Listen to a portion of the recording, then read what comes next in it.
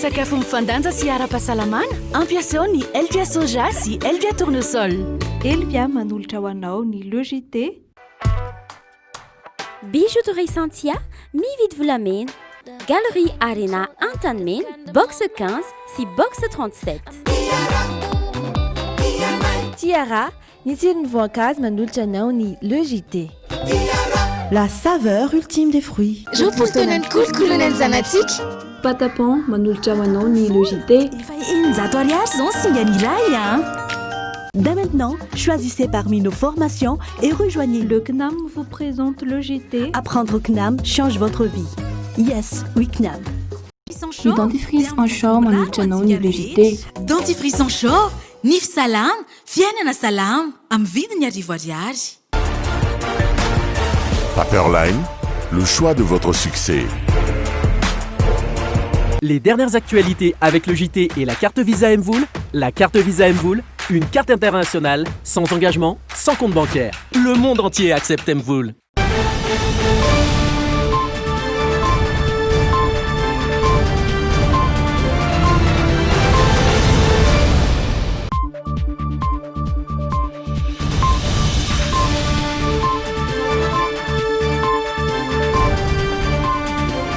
Miarabantsika rehetra tonga soto anatin'ny logité amin'ny ity takarivan'ny zoma 30 oktobra 2024 ity sainam-panajana isika anaraka ny famparalam-baovao hatramin'ny farany eto amin'ny Trimine.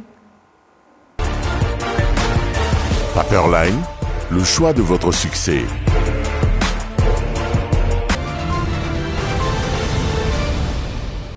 Isan'ny misongadina ary hoentina amintsika eto anatin'ny lohateniny androany ny fanazavana avy amin'ny sampana mpamantatry ny toetrandro milaza fa mateti-pitranga ary ampozina foana ny siny tiomeny tahaka ny tranga miseho any Ambovombe Androy noho ilay toerana be vovoka sy be fasika.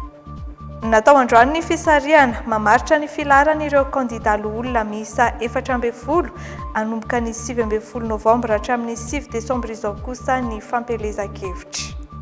Maneho ny ihany amin'ny fanovana sy fanatanterahana fifidianana maimaika ataon'ny fitondrana ny fiarahamonim-pirenena safidy mpanaramaso ny fifidianana.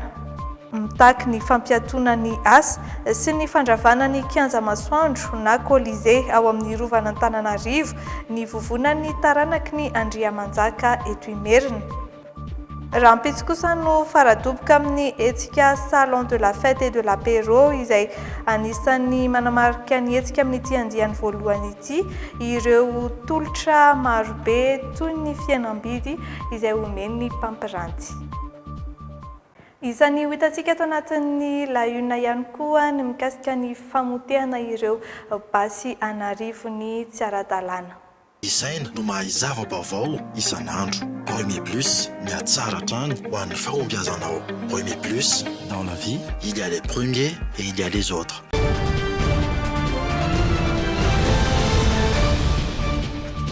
Araka ny efa natsidika tamintsika tao anatin'ny lohatenim-baovao teo dia mateti-pitranga hoy ny avy amin'ny sampana mpaminaviana ny toetrandro ny tranga niseho tany Ambovombe Androy ary ampozina foana ny isin'izany noho ny matoerana be vovoka sy be fasika ny any amin'ny faritriny tiomena no fiantso io rivotra io mitovy tamin'ilay niseho tamin'ny volana septambra 2024 teto Andrenivohitra izany araka ny fanazavana ihany mila mamonjy toerana azo antoka ny mponina mba hisoroana ny loza arahantsika ny fanampanazavana.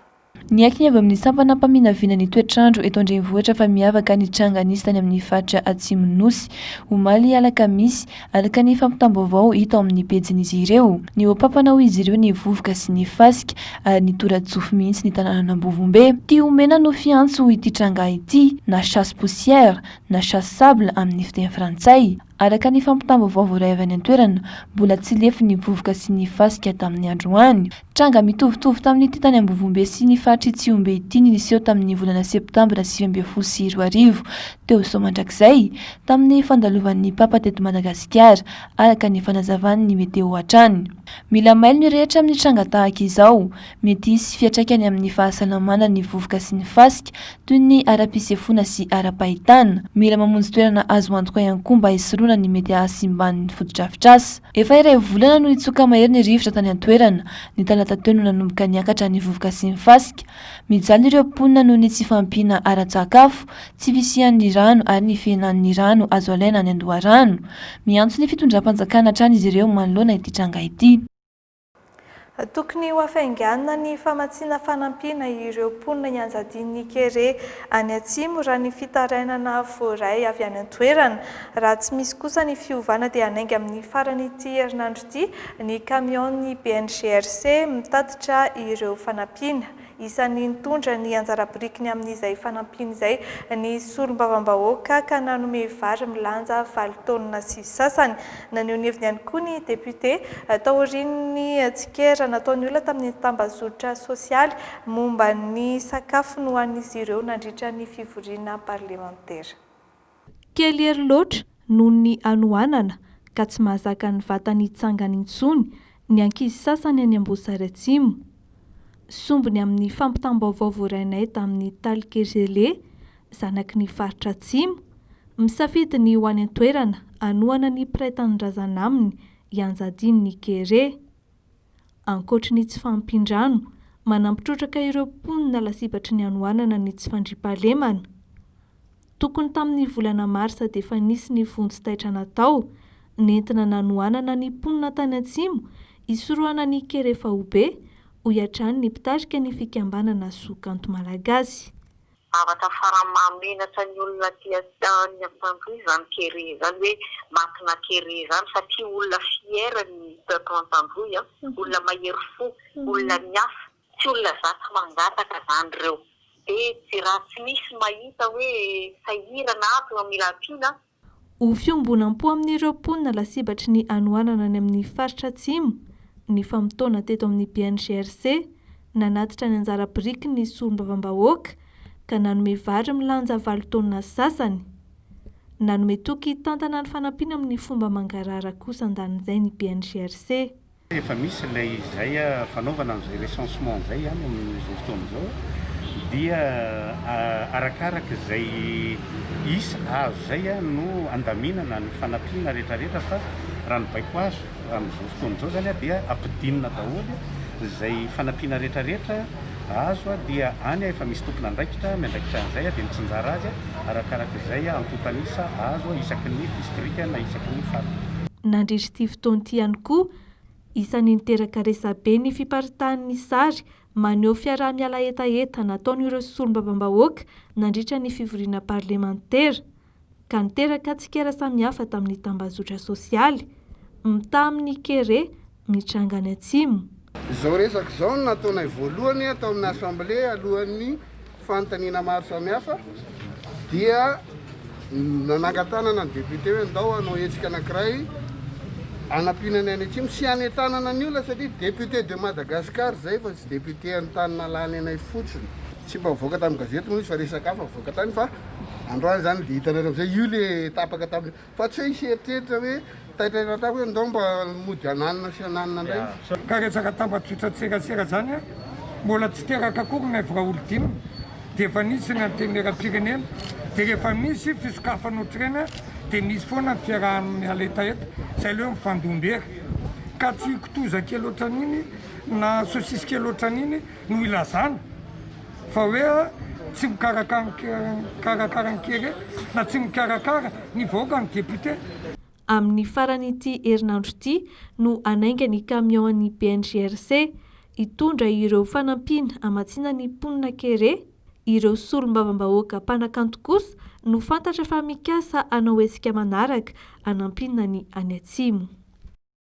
Izay ihany koa no mamadika antsika amin'ny lafim-baovao politika tontosandroany ny fandaharana ny laharan'ireo pirosaka hofidiana loholona misa 420 avy amin'ny faritany enina eto Madagasikara tamin'ny alalan'ny fisariana no nanatanterahana teo anivon'ny seny izany ary dia nizotra ampilaminana izay tsarian'izay anomboka ny 9 novambra hatramin'ny 9 desambra izao kosa ny fampielezan-kevitra ho azy ireo ary mariana trano fa ny mpifidy vaventy no afaka mandray anjara amin'izay fifidianana olona izay mitondra ny fanampanazavany Ianarabarosoa sy Dodara Tsaranjato. Mpirotsaka hofidiana avy amin'ny antoko isika rehetra miaraka amin'ny Andry Rajoelina sy ny malagasy miara-miainga ihany no nandray anjara amin'ny fifidianana olona tao anatin'ireo antoko marobe misy eto amin'ny firenena. Ankoatra izay dia mahaleo tena avokoa. Raha tambatra dia miisa 440 izy ireo no nafeny fepetra ary misy olo-tenany avy ireo renivohim-paritany miisa 4 eto Madagasikara. No tanterahin'ny seny androany araka izany ny fandaharana ny laharan'izy ireo ho ao anaty lisam-pifidianana tamin'ny alalan'ny fisariana. Dia misy ihany koa ny mety ho fahabanga-toerana amin'ireo le tompon'andraikitra ben'ny tanàna sy mpanolo-tsainan'ny tanàna any amin'ny communareo. Ny jugement na ny didim-pitsarana avy any amin'ny fitsarana misanany ady amin'ny fanjakana no tsy maintsy eo ampelantanana ny seny ahafahana zany manitsy lay listra vonjomaika ihany koa. Dia etsy andaniny zay rehetrarehetra zay moa ataon'ny seny ny fanamarinana lay listra ny mpifidy vaventy ka amintsika miteny zao dia efa nalefa ihany koa zany any amin'ny renivohitra ny distrika ao amin'ilay vomiera misana fifidianana eo anivon'ny distrika ny listra ny mpifidy vaventy hiatsona moa ny mpifidy vaventy mba ho tonga anamarina ny fisoratan'ny anarana ao amin'ilay listra. Dia ny ratsa mangaika ny seny any amin'ny distrika hatrany amin'ny commune dia nahetsika ay zany mba anampy amin'izay le fanamarinana ny fisoratana anarana ao anatin'ny listra ny mpifidy vaventy satria eritreretina hoe tsy ho tonga ao amin'ny renivohitra ny distrika avokoa ny mpifidy vaventy zany ianao an'le fanamarinana dia miasa zany ny any anivon'ny commune manatona azy ireny maka zay renseignement mombamomba azy mampita amin'ny listra eo ampelantanany seny. Ny 7 novambra manomboka amin'ny 9 maraina hatramin'ny 9 desambra amin'ny sasakalina no hanatanterahany ireto mpirotsaka hofidiana olona eto Madagasikara ireto ny fampielezan-kevitra. Marihina trany anefa fa ireo mpifidy vaventy toy ny ben'ny tanàna sy ny mpanolo-tsainan'ny tanàna ihany no afaka mandray anjara amin'ny fifidianana izay ataony 12 desambra. Dia fifidianana zany zay mifototra ihany koa amin'ny fanatanterantsika azy amin'ilay lalàna fehizoro 7 sy 2 aotraotra valo izay mikasika ny fitondrana kapobeny ny fifidianana sy ny fitsapakevim-bahoaka. Ny dikan'izay dia ireo le fepetra zay voalaza ny andininy 720 ao anatin'io le lalàna fehizoro zany misy 10 izy ireo ao. Zay zany no ajaitsika fitsipy talao ho amin'ny fampielezan-kevitra. Dia ireo le moyen de propagande zany hoe ny fomba sy ny fitaovana zay ampiasaina amin'ny fampielezan-kevitra toy ny nahazatra teo aloha zany dia azon'ny candidat ampiasaina zany rehefa tonga ny fampielezan-kevitra zay maharitra 20 andro ny 7 ny volana novambra manomboka amin'ny 9 maraina ka hatramin'ny 7 ny volana desambra ny misasakalina.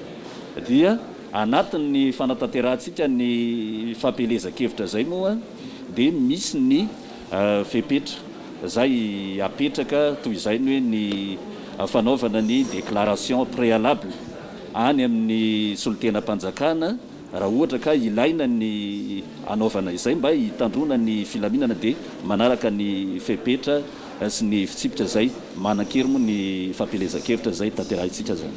Efa misy ny lamina napetraka mandritra ny fotoana ny fampielezan-kevitra ho an'ireo mpirotsaka hofidiana olona ireo. Anisan'izany ny fanomezana fotoana 3 minitra avy maimaimpoana ao amin'ny TVM ahafahana manao famelabelan-kevitra ary dia nalahatra isaky ny faritany ny fotoana ahafahan'izy ireo mifandimby manatanteraka izany tamin'ny alalan'ny fisariana ihany koa. Ka ireo mpirotsaka hofidiana avy amin'ny faritany Toamasina no voalohany, Fianarantsoa ny 2, Mahajanga ny 3, Antsiranana ny 4, Toliara ny 5 ary ireo avy eto Antananarivo kosa no 9 mamarana izany.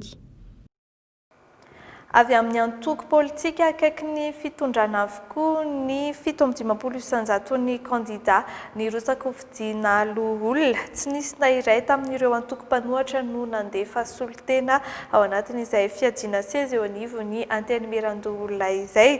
Ny fitondrana no mikasana foana ny antenimiran-doholona sy ireo loholona fa nolazaina ho mandany vola nefa izy ireo no maro anisa. Maneho ny ihany amin'ny fanovana sy fanatanterahana fifidianana maimaika ataon'ny fitondrana ary ny fiarahamonim-pirenena safidy mpanaramaso ny fifidianana. Mitatitra ny hevitra izy ireo ifeno Azariana sy Gasambola Manana. 720 ireo kandida ofisialy nirotsaka ho vidiana loholona manerana ny nosy izay ny 720 isanjato dia avy amin'ny antoko momba ny fitondrana ary ny ambiny dia avy amin'ny tsy miankina avokoa. Tsy nisy na iray tamin'ireo antoko-panohatra no nandefa solitena ho fidiana hiditra ny amin'ny anteminiran-doholona tamin'ity fifidianana ity. 20 ankehitriny ireo lohany Madagasikara ahazo toerana eo anosy kely, 13 teo aloha. Nisy ny fikasan'ny fanjakana anafoana ny anteminiran-doholona noho ny fahitana fa mandany vola. Ny afara tamin'ny fampihenana nisan'ireo loholona izany. Ny avy amin'ny antokon'ny fitondrana izay nikasa anafoana ny loholona anteminiran-doholona nefa no manana ny maro anisa amin'ity firotsahana ho fidiana ity. Ny 12 amin'ireo 420 ao anaty lisitra no hiditra eny amin'ny anteminiran-doholona, ny 9 ambiny no tendren'ny filoham-pirenena. Ny 3 amin'izy ireo dia mpikambana amin'ireo vondrona matanjaka ara-toekarena, ara-tsosialy sy ara-kolotsaina. Ny 3 hafa dia manam-pahaizana atsongaina manokana.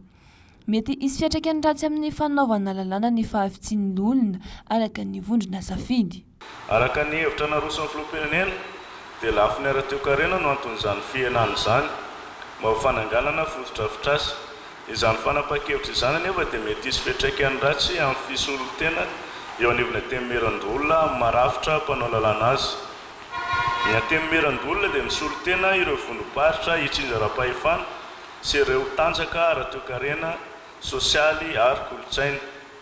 Ny fanontsinana isan'ny olona sy ny famaritana ny faharam-pifidianana dia tokony miankina amin'izay filana amin'ny mampisolotena azy izay. No mafisy ny firaisamonim-pirenena safidy ihany koa fa tsy ampy ny firafitry ny mpikambana ao amin'ny vondron'ny mpifidy ho an'ny fifidianana loholona.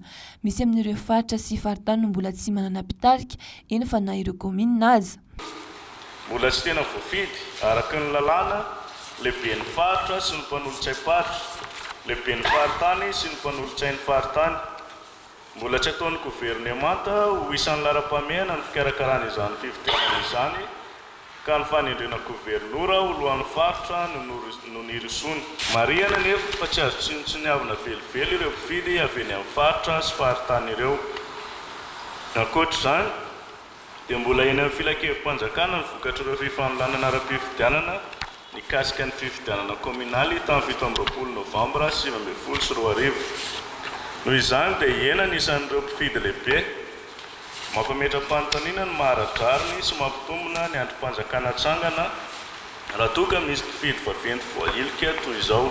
Anara-maso ny fizotry ny fifidianana ny safidy toy ny efa fanaony rehefa misy fifidianana eto Madagasikara.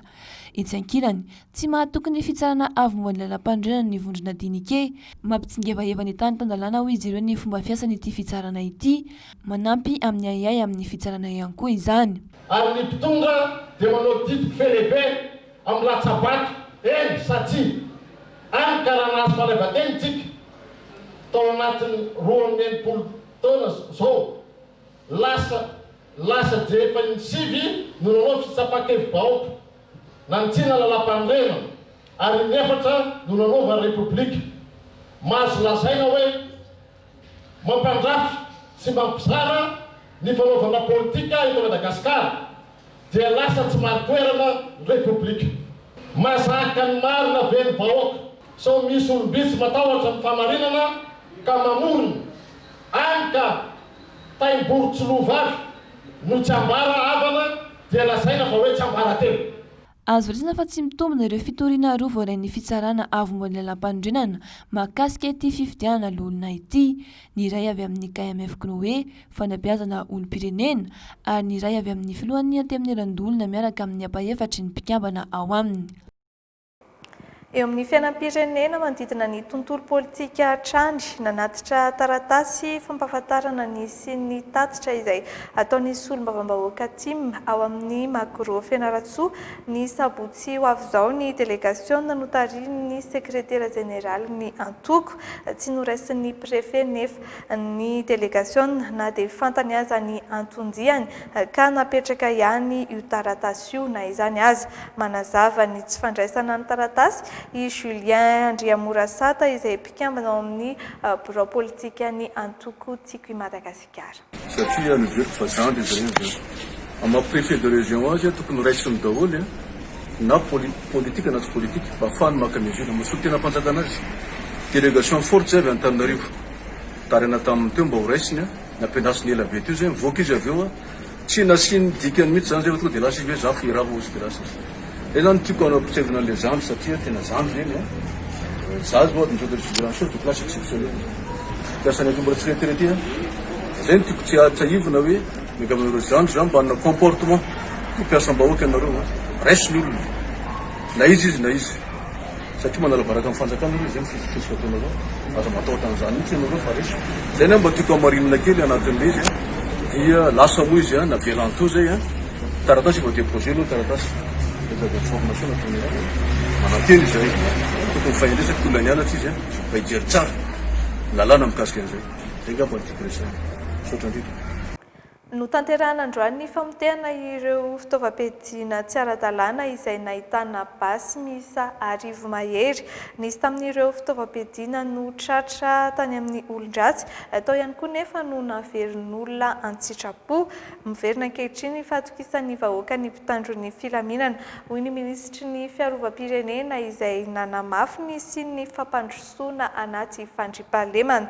teny amin'ny Kapisatsony-Rano ary mitatitra antsary izay famotehana basy tsy ara-dalàna izay i Misara Zafinjatovo. Basy fentina miady miisa 20 mahery, basim-borona mihoatra ny 30 ary basy namboarina mananika ny 50 zany hoe 70 sy 300 ny fitambaran'ireo basy nopotehana rehefa voamarina fa tsy ara-dalàna. Nosarahana izay azo sy vy mandrafitra ilay basy ka ny azo dorana ary ireo vy potehana. Fiara-miasan'ny mpitandro ny filaminana amin'ny manam-pahefana eny fotony toy ny sefokotany, ny bentanàna ary ireo olona tsara sitrapo no nahazoana ireo fitaovam-piadiana mahery vaika tsy ara-dalàna ireo. Araka ny fantasika nefa dia ny Organisation des Nations Unies na ny ONU zany sy ny Union Africaine dia efa mba misy toromarika avy amin'ireo fikambananareo amin'ny tokony anapotehana ny fitaovam-piadiana izay sy ara-dalàna izay sy azo tazomina any an-trano satria tokony mba misy taratasy mazava izy ireny ary rarana ihany koa ny fitazomana fitaovam-piadiana izay amboarina satria mampidi-doza zany eo amin'ny fandriampahalemana. Nahitambokany eo amin'ny lafin'ny filaminana sy fandriampahalemana ny fahatratrarana ireo basy tsy ara-dalàna hoy ny minisitry ny fiarovam-pirenena Ranitanisa fa miena ny fakana-keriny, miena ny fitsaram-bahoaka ary miverina mandry an-tanàna ny mponina. Eto dia makasitraka ny tafika malagasy satria zany fitaovam-piadiana mahery vaika anarivony zany zareo dia tena azo atao hoe vokatra tsara tokoa ny namerenana an'izy ireo eto anivy ny tompon'andraikitra ary tsy maintsy potehina izy ireo satria tsy azo avelavela amin'izao fotsiny sao dia mitarika zavatra hafa indray raha ohatra ka tatonga ny tanan'ny olon-kafa. Ny fanapotehina azy ireo dia manaraka ny fepetra rehetra na ny amin'ny fitsarana zany, amin'ny huissier zany, eo amin'ny fisafona samihafa zany mba zavatra ara-dalàna no ataontsika ary sy atahorana misy ny fiverenan'izany fitaovam-piadiana zany eny am-pelantanany ny olon-dratsy. 507 ny basy ara-dalàna miparitaka eto Madagasikara raha ny Antotanisa Voaray. Amafisin'ny minisitry ny fiarovam-pirenena trano kosa ilay fanamby mpitandro ny filaminana manakaiky vahoaka mba hisiany ny fampandrosoana anaty fandriampahalemana.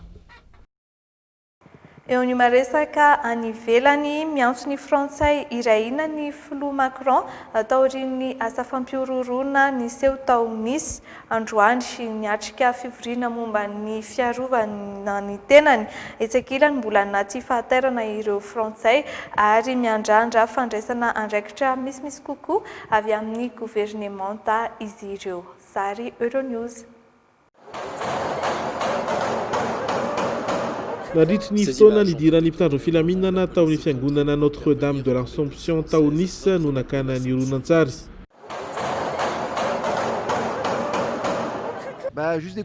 Naheny feno revitra zahay, tena eny avy eo hoe nisy any olo-iona na oeloka be vava tamina olona. Ny alakamisy maraina teo no nisy tovolahy Tunisiana 20 taona niaraka tamina antsy ka namono olona 3 tao anaty fiangonana. Vehivavy ny roa breziliana ny iray amin'izy ireo ary sakristan tao ampiangonana ihany ilay lehilahy fatelo. Avy hatrany dia nentina tany amin'ny hôpitaly ilay voaroroy, naratra ny balan'ny pôlisy ny tenany, atahorana ny ainy ho ny mpampanolalana miady amin'ny asa fampiroroana. Tsy lavitra teo amin'ny toerana nisehony loza no nahitan'ny mpanao famotorana ny Korany niaraka tamina finday ary ilay fitaovam-piadiana ny mpanao ratsy. Tonga teny an-toerana avy hatrany ny filoha frantsay Emmanuel Macron nijery ny zava-nitranga nanameloka ny fanafiana islamista ny tenany. Je veux dire à tous nos concitoyens, quelle que soit leur religion. Fiarahamonina iray ihany no misy eto Frantsa, fiarahamonina nasionaly. Miantso ny olo-pirenena tsirairay aho na inona finoana na mino izy na tsy mino, fa tsy maintsy miray iny isika ka tsy hanaiky ny fampisaraham-bazana. Itsakilan'izay maneho ny atezerana ireo mponina ao Nice indrindra fa ireo mpino miandrandra fandraisana andraikitra misimisy kokoa avy amin'ny gouvernementa mantsy izy ireo. Ma première réaction c'est la colère. Fatezerana aloha ny fihetsepo voalohany satria rehefa fantatra fa hoe hisy loza iseo dia aleo misorokoloza io toy izay mitady hevitra avy eo. Efa fantatra andro maromaro zao fa tsy maintsy hisy zava-nitranga atao rinireny hetsika maro nanoherana ny firenena sasan'ny Repoblika Frantsay ireny, teo ihany koa ny Al-Qaïda izay efa nanao ny nataony. Tokony hatsahatra amin'izay ny fiheverana fa hoe tsara fanahy avokoa ny olon-drehetra. Misy olona iray 70 taona ahahina nifandray tamin'io mpanao ratsy io no voantso ary araha-maso ankehitriny. Nanatrika ny filan-kevitra momba ny fiarovana ny filoha frantsay androany ny tranga roa herinandro taorian'ilay fahafatesan'ilay mpampianatra ity vonolona ity. Namoy ainy rehefa naneo ny sarin'ny mpaminany Mahomey tamin'ireo mpianany nandritry ny fampianarany momba ny fahalalahana maneho hevitra io mpampianatra io. Sa décapitation par un islamiste russe tchétchène de 18 ans a choqué le pays. Ny fitakiana ataon'ny randrana sindikaly ny lafin'ny fanamboarana ny kianja barikadimy any Tomasina, ireo kosa no vaovao isan'ny hitantsika ato anatin'ny tapany faharoan'ny LGT. Mpianatra tsy aisaina no mahay zava-baovao isan'andro. Premier Plus, miatsara hatrany ho an'ny fahombiazanao. Premier Plus, dans la vie, il y a les premiers et il y a les autres.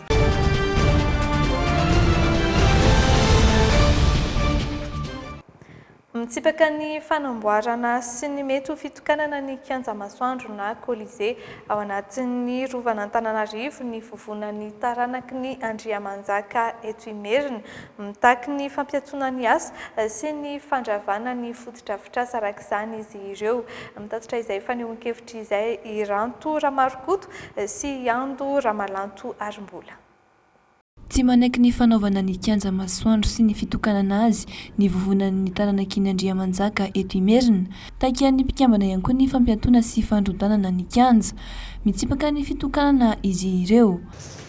Ny vovonana dia manolotra ny fanorenana ny kianja masoandro Colisée ao anaty rovana Analamanga Manjakamiadana.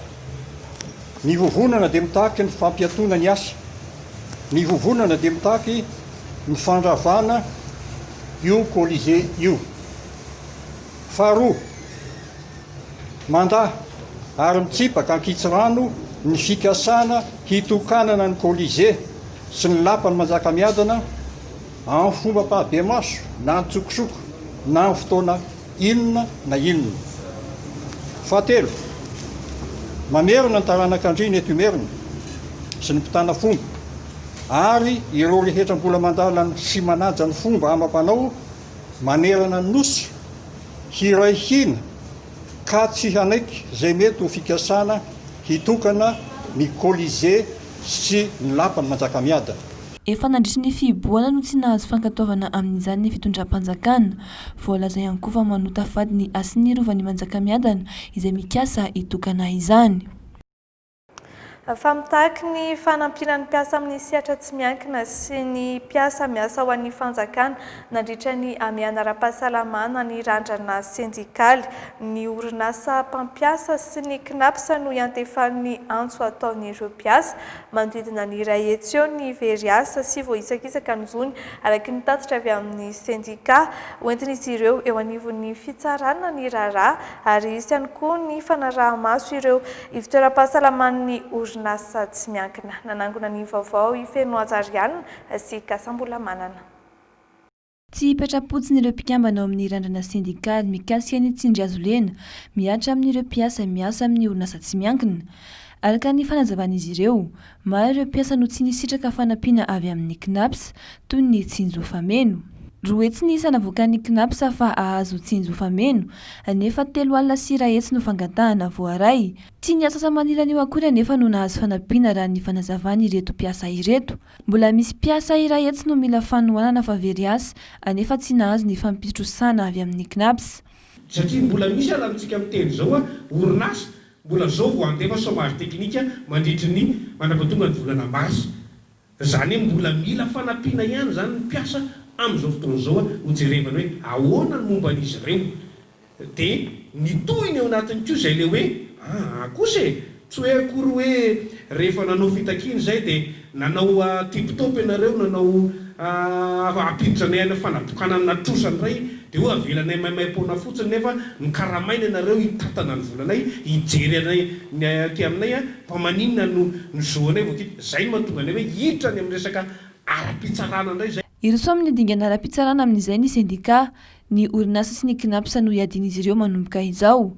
Mitoy ny fitakiana satria mbola mitombona ny fangatahana. Nambara zany hoe misy tsy ara-dalàna ny orinasa satria tsy mahatonga tsy ara-dalàna zany tsy nalefa ny tany amin'ny KNAPS zany le cotisation. Nenay nefa le mpiasa ao anatin'ny bulletin de paie-nay miala foana le 100. Dikan'izany misy zavatra misy mihodikondro zany ny volanay. Dia rehefa hita fantatra daholo reny dia hiditra ao anatin'izay le fitorinana zay zany hoe azo atao miditra amin'ny fitoriana pénal mikasika ny reny tompona andraikitra izay nanodikotona ny mpiasa reny volan'ny mpiasa satria izay ny amin'izao fotoana zao izay mieritreritra hoe tokony mba fotoana hijerevana ny aty amin'ny mpiasa nefa tsy afaka ny sitraka an'izay zay. Ny zavatra misy indray ara dia lasa voizina indray hoe tsy nareo rereny no mpikambanao amin'ny KNAPS fa misy reny le mpisotro ronono reny mpisotro ronono reny tsy niena mihitsy ny volan'ny raisiny nandritra ny Covid-19 zany hoe tsy nisy impacta zany tany amin'izay resaka vola raisiny zany ny Covid fa le resahantsika eto dia ny mpiasa izay no ny impacta ny Covid-19 dia niena ny fidiram-bolany. Hoarain'izy ireo maso ireo ivitoeram-pahasalamana an'ireo orinasa tsy miankina SMIZ. Isy ny fitakiana ny anafoanana ireny mpitsabo karamain'ny orinasa mivantana ireny araka ny vanandresaka ny arahan'izy ireo tamin'ny mpanao gazety androany. Tsy maintsy ampanarana ny fenitra iraisam-pirenena ny kianja barika 5 any Tomasina niroso tamin'ny fandravana ireo trano manodidina ny kianja ny commune ny alakamisy teo. Trano ampolony maro no nesorina ary nafindra toerana ireo mponina mampitarana ny sasany kosa ny tsy fisian'ny toerana ale aoriana izao famindrana izao. Arahantsika ny fanampanazavana ny vaovao kosa tena angony Remy Prudence. Ny alakamisy tamin'ny 3 ora sasany tolakandro teo eo no tonga teny amin'ny kianja stadium barika 5 ireo manampahefana izay nitarihan'ny prefet Tomasina sy ny ben'ny tanàna ary ireo mpitandro ny filaminana avy amin'ny Emofara Atsinanana. Nandrodana ireo tranon'olona manamorona ny kianja noho ny fangatahan'ny CAF mba hanaraka fenitra iraisam-pirenena ny kianja sy ny manodidina. Olona zany rehefa hoe tsy hiala dia tondrana force ohatrany tsy maintsy hiala nefa olombelona olo jiaby magnino akagny dia vagnatr'alanareo dia efa faralanareo zao mbo dia confinement zay tsy hiala zay za tsy hiala tsy hanala tranoko zao. tamin'ny volana febroary nefa nandefa taratasy fanairana amin'ny fanesorana ny roponina ny commune noho ny valanaretina coronavirus nefa dia niato izany ny alakamisy teo no nanatanteraka ny fanesorana ireo fotodrafitrasa tafiditra anaty faritra izay tsy maintsy esorina ny commune ka trano amampolony maro no narodana sy nesorina mandidina ny kianja mba hahazoana fankatoavana farany avy amin'ny kafa amin'ny fanatanterahana ny lalao izay hiaona ny Barrière Madagasikara sy ny Elefanta Ivoirienne. Ny fahazahoantsika izay match izay zany hoe match international rehetra dia miankina indrindra amin'ny fanarahana fenitra ihany koa ny manodidina zany izay le hoe fitadiavana le homologation le terrain zany ka eo anatrehan'izay zany dia tsy maintsy miroso amin'ny fanalana ireo olona rehetra izay manana fotodrafitrasa ao anatin'ny alignement n'ilay fanatrarana izay fenitra tokony ilainy raisam-pirenena izay titran'ity terrain ity moa zany any amin'ny domaine dia hoe hippodrome de Barika Dimy any commune tanteraka ty tany ity izay eo amin'ny 24 hectare eo ka ireo olona izay voatery nalana teto moa zany dia tsy manana zoa tokony hipetraka eto zany izy ka izay natonga ny hoe tsy maintsy mirosa amin'izao fanalana izao fotodrafitrasa manodidina ny stadium izao. Efa taonany maro no nanajary sy nipetraka tamin'ny faritra kianja stadium ireo mponina esorina tsy manana toerana leh sy tsy nomena toerana mindrana azy ireo hatreto ny commune tsy misy vahaolana nomeny fitondram-panjakana n'ireo vahoaka taoriana ny fampiresahana ny arahana tamin'ny solotenan'izy ireo sy ny mampahefana any an-toerana. Zay zao dia agnano 400 bazary kely zay tsy manana tragno hipitrahana zaho ny maty vady zanako mbola mianatra aby akaizy tany pitrahanay agnano 400 bazary kely zay io aterinay asa aterina akaizy fatifatiny kakavinay io nefa zay président dia nanenao promesy hijanona aketo nataona zany dia nagnamafy lakory zay nagnamafy tragno zay nefa dia mbola nipopoagna amin'ny andro akety dia mbo popoaka tragnonay miangavy anazy dia efa filombady zay revo zay mijaly. Mbola mampametra fanontaniana hatreto ny fanatanterahana ny lalao izay ifandona ny Barrière Madagasikara sy ny Elefanta Ivoirienne ny fangatahany mpanazatra ny Barrière Madagasikara ny anemorana io lalao io noho ny ankamaroan'ireo mpilalao avy any amin'ny andany sy ny ankilany izay milalao any Europa izay ity farany nanidy ny sistaniny ankehitriny.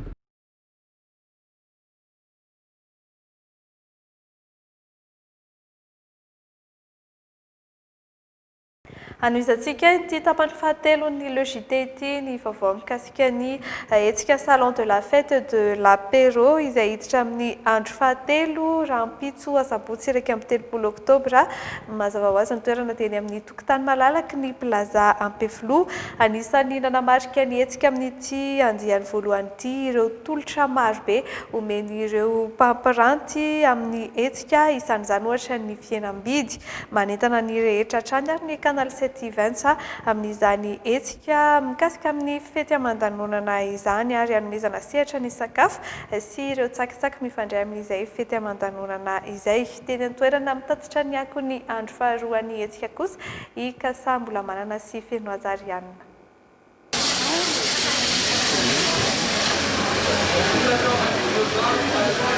Tahaka izao ny tety amin'ny salon de la fête et de l'apéro eto amin'ny tokotany malalaky ny plaza Ampeflo hita eto avokoa rehefa mpikarakara sakafo anaty lanonana na fety mandinidinika omena sehatra amin'izany ny zava-pisotro ny sakafo ary ny vatomamy. Zay avy ato amin'ny société Arc de Noé manao confiserie zahay ireo daholo mipôdio anay ireo resaka pâte de fruits zavazava-mamy rehetrarehetra iny zany ataonay daholo. Vokatra natoraly daholo ny ataonay bazina fruits eto amintsika daholo zany anaovanay anazy dia ny vidiny amin'eto zao ny pâte de fruits zao 5000 ariary ny 100 grammes zay 100 grammes zay eo amin'ny 14 pièces eo efa tena mirary dia mirary zany. Misy ireo mpandray anjara no manome tolotra manokana ho an'ireo izay tonga manjifa ao amin'izy ireo mandritra ny hetsika. Izay avy atao Maëlys moa zany dia manana offre manokana izay afaka ataontsika commande mandritra ny ity salon de la fête et de l'apéro ity izay offre izay 40 000 ariary ny vidiny ao anatin'izay ny cocktail de bienvenue ny sakafo 2 entrées sy laoka roa ary dessert ary ny gâteau ao anatin'izay ihany koa ny couvert rehetra sy ny service rehetra. Zany hoe raha misafidy an'izay offre izay nareo ary manao commande mandritra ity salon ity dia sady mahazo loka ianareo ary koa tsy loka moa zany fa fanomezana ary koa ny any sisa iandraketanareo zany dia ny salle sy ny décoration. Ia, efa nisy anankiroa zao amin'ny décembre. Io volana io moa zany tena hoe fanaovantsika fety dia vonjevonjena ihany le toerana zany.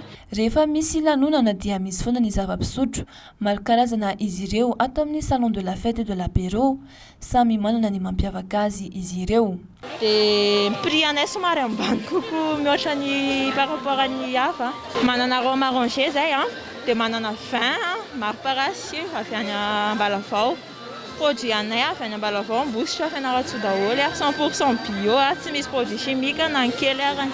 10,000 ariary dia efa mahazo vin aty ato aminay 10,000 ariary ny litre raha ohatra hoe en vrac, 12,000 ariary izy raha ohatra hoe en cacheté ao anatin'izay 12,000 ariary zay efa compris ao anatin'izay personnalisation ana vin. Mbola tsy tapitra ny salon de la fête et de l'apéro, 2,000 ariary ny vidim-pidirana amin'izany. Ankasitrahana sahady ianareo izay tonga nitsidika tety amin'ny plaza Ampeflo nandritran'izany hetsika salon de la fête et de l'apéro izany nanomboka omaly sy androany. Ho anareo izay mbola tsy tonga tety ka mieritreritra ny ho avy ety dia rapitso mbola misy an'izany hetsika izany ety manomboka amin'ny 7 maraina misokatra ny vavahady ary mihidy amin'ny 7 arivo.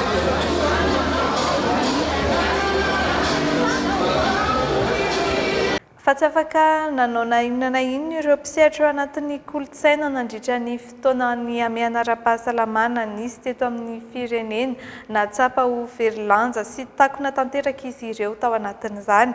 Raha nambarany ihany koa dia tsy mba nisy nijery sy nanampy izy ireo kanefa ny ankamaroany dia manao antom-pivelomana izay fanandratana ny kolontsaina malagasy izay. Mitatitra ny vaovao i Ainara-Barosoa sy Dota Ratsarinjato. Noho ny amiana ara-pahasalamana nateraky ny valanaretina Covid-19 teto amin'ny firenena, anisan'ireo tsy afaka nanatanteraka ny asany ihany koa ireo mpiantsehatra ny kolontsaina malagasy. Isan'izany ny GRAM, Centre de ressources des arts actuels de Madagascar. Maro tamin'ireo mpikambana no mivelona amin'izay sehatra ny fampisehoana ny kolontsaina malagasy izay, ka nisedra olana ara-pivelomana nandritra ny amiana. Ho anay izay miasa ao anatin'ny tontolo moa zany dia mihitsy ny antom-pivelomana. Izay no tena olana amin'izy io na mpivelomana tsy afahana mikaroka vola ao anatin'ny tontolon'ny kolontsaina satria ianao tsy afaka mivarotra zavakanto tsy afaka miasa manao offre de service zany na io vente de produit tsy afaka mihitsy ianao satria io no tena fototra hisintomana olona maro aloha izay hitako hoe normal raha sakanana satria misintona olona maromaro ilay izy dia manamora ny fanaparitahana ny valanaretina. Nidina ihany koa anefa tao anatin'izay fotoana izay ny lanja ny kolontsaina teto Madagasikara. Ankehitriny, hanarina ny fivelomany, hamelony indray ny lanja ny kolontsaina malagasy ny GRAM. Hetsika maro isan-karazany eny amin'ny université Ankatso no entin'izy ireo anomboana izany, hiarana amin'ireo mpanakanto ao anaty fikambanana. Mahafantatra ny zava-misy teto amin'ny firenena moa zany nandritra n'iny voalohany taona iny izay naharitra 10,7 volana ny valanaretina Covid-19 ary tao anatin'izay tsy nahafahanay nanatanteraka hetsika maro karazana ka tonga amin'ny fotoana moa zany manokatra tsikelikely ireo karazana hetsika ary ho tanterana eto amin'ny université miara-miasa amina mpikarakara maro karazany mpanakanto. Ny hetsika moa zany misy amin'ny 9 no tanteranay mandra-patapitra taona ity dia zany noho ny fifanampiana teo amin'ny mpanakanto ireo mpiara-miasa. Ny izay koa moa fampahafantarana ihany koa moa zany hoe tontolon'ny kolontsaina na dia sahiran-kirana ary tsy dia nahazo fanampiana masasatsasany sahirana tsy dia hoe tsy dia tapavoaka sasany tsy maintsy manidy mihitsy izay koa zany dia tsy maintsy mijoro hoe mba tsy maintsy mijoro foana manampy ny tontolon'ny kolontsaina sy ny mpanakanto dia izay nisany antony nahafahanay mamelona indray ny tontolon'ny kolontsaina eto amin'ny université amin'ny alalana hetsika maro karazany tafiditra ao ny fiara-miasana festival mpikarakara ny mpanakanto maro karazana. Miantso ireo mpisehatra ao anaty kolontsaina malagasy rehetra ihany koa ny GRAM hiara-melona izay lanja ny kolontsaina malagasy izay indray eto amin'ny firenena. Ivitoerana fampianarana teny vahiny sy kolotsaina maro lafy ny sekilasy efa nanomboka mialina amin'ny fianarana teny vahiny ireo tanora malagasy ankehitriny ary natokana ho amin'izany indrindra ny sekilasy izay ahitana fampianarana teny anglisy, allemand, frantsay ary ny teny sinoa. Misy ihany koa nefa ireo vahiny mianatra teny malagasy eo amin'ny ivony izay ivitoeram-pampianarana izay na ihany koa ireo malagasy tsy mbola mafy tsara izay teny pirenena izay. Indroary ny sary fampahafantarana ity ivitoeram-pampianarana eny Nanisana ity. Anisan'ny mampiavaka ny sekilasy amin'ireo fampianarana teny vahiny isan-karazany misy eto amintsika ny fampiarana iteny sy resaka avy hatrany. Nahitana fahombiazana hatrany izany hatramin'ny nitsanganany ivitoeram-pampianarana satria afaka mifanerasera tsy ampy ambambana amin'ny alalan'ireo teny vahiny ireo avokoa ireo mpianatra rehetra na vita fianarana tato amin'ny sekilasy, teny anglisy, teny allemand, teny frantsay ary ny teny sinoa. Tombony mampiavaka anay angamba tena ilazako azy satria zay no niezahanay hoe le zavatra tsy hita any ivelana ary zay koa no tena tonga avan'ny mpianatra tonga eto aminay ny anay zany tena tsy indrina mihitsy le hoe mianatra miteny le miteny zany hoe afaka mifanerasera amin'ny olona, afaka miresaka, mahazo zay lazain'ny olona aminao fa tonga dia mahay mamaly an'le olona koa tsy hoe manoratra fotsiny zany, manoratra moa tsy maintsy misy foana iny fa ny anay niezahana zany hoe ny mpianatra mivoaka avy ato amin'ny sekolinay dia mpianatra efa mahay mifanerasera mihitsy amin'ny teniny anarany. Ao anatin'ireo teny vahiny sahan'ny sekilasy ireo dia ny teny allemand aloha hatreto no tena mahaliana sy be mpianatra indrindra. Miisa 100 eo izy ireo no ao anatin'ny sekilasy amin'izao fotoana izao. Antony, moramora kokoa ho an'ny sekilasy ny manome fahafahana ho an'ireo mpianatra hanohy ny fianarany any Allemagne. Na izany aza, manome tolotra ho an'ireo mpianatra teny vahiny hafa ankoatra ny allemand ihany koa izy ireo, andefasana ireo mpianatra rehetra maniry ny ho any ivelany. Amin'ny ankapobeny mihitsy zany aloha ny zavatra hita hoe mitombo foana ny isan'ny tanora te hianatra teny vahiny fa le amin'ny teny allemand zany ny tena manintona mpianatra amin'io dia satria misy an'le fahafahany makany Allemagne manohy.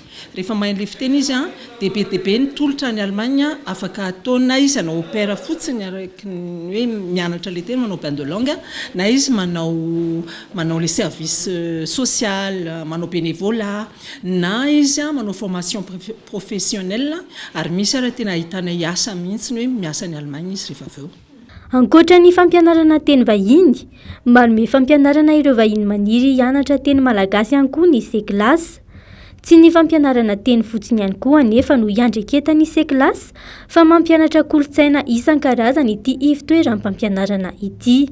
Zany aloha isika rehetra zany tsy na lehibe io na kely ho tonga maro aty amin'ny sekilasy amin'ny sabotsy rapitso dia manomboka amin'ny 3:00 le izy dia ny tapany faharoa ihany koa mbola misy fidirana faharoa izy io natao ho an'ny fête de la bière zany.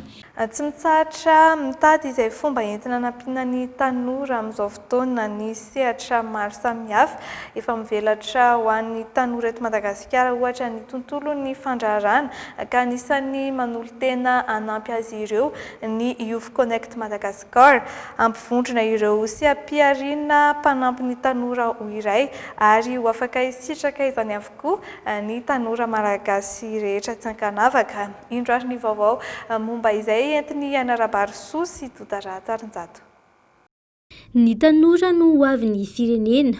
Izany no mahatonga azy ireo tohanana sy ampiana trano mba hisian'ny fandrosoana. Efa marobe ireo sy ampiarina manampy ny tanora amin'izao fotoana, saingy toa mbola tsy mipaka ho an'ny rehetra izany fa ny sasantsasany ihany. Ny tanjona nefa dia ny ampivelatra ireo tanora malagasy rehetra tsy ankanavaka mihitsy eo amin'ny tontolon'ny fandraharana. Matetika mantsy dia olana ho an'ny fivelaran'izy ireo ny tsy fahampiana tosika. fantatritsika fa androany no tanterahana ny lancement officiel ny Youth Connect Madagascar. Ny Youth Connect moa dia fandaharan'asa manerana ny Afrika no manao an'izy io, izay notariany tao amin'ny gouvernement tany Rwanda filohan'ny Repoblika Paul Kagame. Dia tsika eto Madagascar zany manatanteraka izay Youth Connect izay raha eto Madagascar. Ny tena tanjona dia ny fanomezana ny tolotra rehetra ho an'ny sehatra fiarina sy ny fandraharan'ny tanora ampifondronina zany ireo rehetra ireo ho an'ny tanora amin'ny alalan'izay Youth Connect izay. Maro ny mpiantsehatra raha ny eto Madagascar, misy ny ministera isan-tsokajany izay manao tohana ho an'ny tanora, eo ihany koa ireo institution maro na privé io na publika na ihany koa ireny sekoly ny banky maro be zany ireo mpandray anjara izay manampy ny tanora kanefa miparitaka izy ireo na ihany koa tsy miampaka any amin'ny tanora rehetra malagasy ny tohana izay ataon'ireo sehatra isan-karazan'ireo. Ka izay indrindra nisy ny Youth Connect ampifondronana ireo tantsoroka mampivoatra rehetra ho an'ny tanora mba ahafahan'ny tanora misitraka an'izay hoe fanohanana amin'ny lafiny fandraharana izay. Ankoatra izay, ho an'ireo tanora na vita fianarana na mamarana kosa dia tsy maintsy mitady sahady ny sehatra asa mety sy mifanaraka amin'ny fianarana nataon'izy ireo amin'izao fotoana izao. Tsy miandry fanohanana indray nefa ny ankamaroan'ireo tanora ireo fa efa manomboka mikaroka sy manampy fahalalana amin'ny alalan'ny fananganana fizarana asa manokana ho azy ireo ihany. Anisan'izany ireto mpianatra tanora avy any amin'ny anjerimanontolo ireto. Ho an'ny tanora dia eo ihany koa hoe expérience satria ilay izy zava-baovao apetraka eto amintsika ilay resaka écoquartier. Ilay écoquartier zany ohatry ny hoe manao quartier vaovao fa écologique, izany hoe miaro ny tontolo iainana sy ny manodidina rehetrarehetra zany. Izany hoe ezahana rehetrarehetra zany ny zavatra ampiasaina anaovana an'ilay quartier mba tsy hanimba ny tontolo iainana sy zavatra rehetra apetraka amin'ny quartier ihany koa mba ampivoatra ny tanàna sy ny tontolo iainana. Miara-misalahy ampifandray ireo tanora amin'ny tantsoroka mampivoatra kosa nefa ny Youth Connect Madagascar ary hanohana hatrany ireo tanora amin'ny fananganana asa ho an'ny tenany. Mialohan'ny sarantsika eto anatin'ny logité andao fantarina vetivety hoe anahoana ny mety ho toetry ny andro amin'ny rahampitso asabotsy faran'ny volana oktobra 2024. Paperline, le choix de votre succès.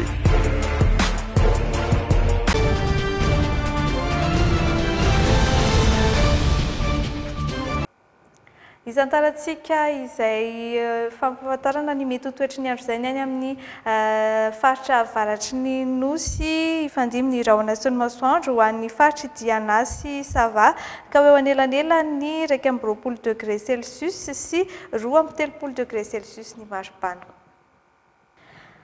Anoizantsika azy ny amin'ny faritry Boeny, Melaky, Sofia ary Betsiboka izay samy ifandimby ihany koa ny rahona sy ny masoandro. Ny maripana kosa dia eo anelanelany 20 degré Celsius sy 30 degré Celsius.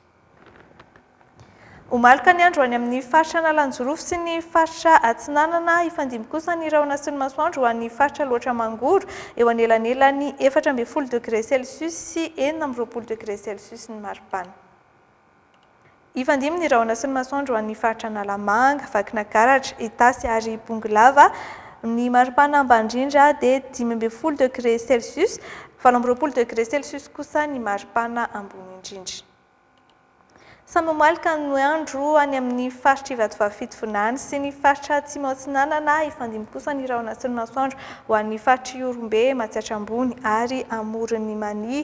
Raha ny maripana indray dia eo anelanelany 15 degré Celsius sy 17 degré Celsius ho amin'ny rahampitso. Amaranantsika izay amin'ny faritra Androy, Anosy ary Menabe sy Atsimo Andrefana izay samy ifandimy ny rahona sy ny masoandro 17 degré Celsius ny maripana ambony indrindra ary 20 degré Celsius ny maripana ambany indrindra. Hatrany koa ny fiarahantsika tompoko lahy sy tompoko vavy ato anatin'ny logité ankasitrany ianao nanaraka ny fampahalalam-baovao hatramin'ny farany teto amin'ny Dream In. Manome fotoananao amin'ny manaraka indray mandrapitafary tompoko lahy sy tompoko vavy.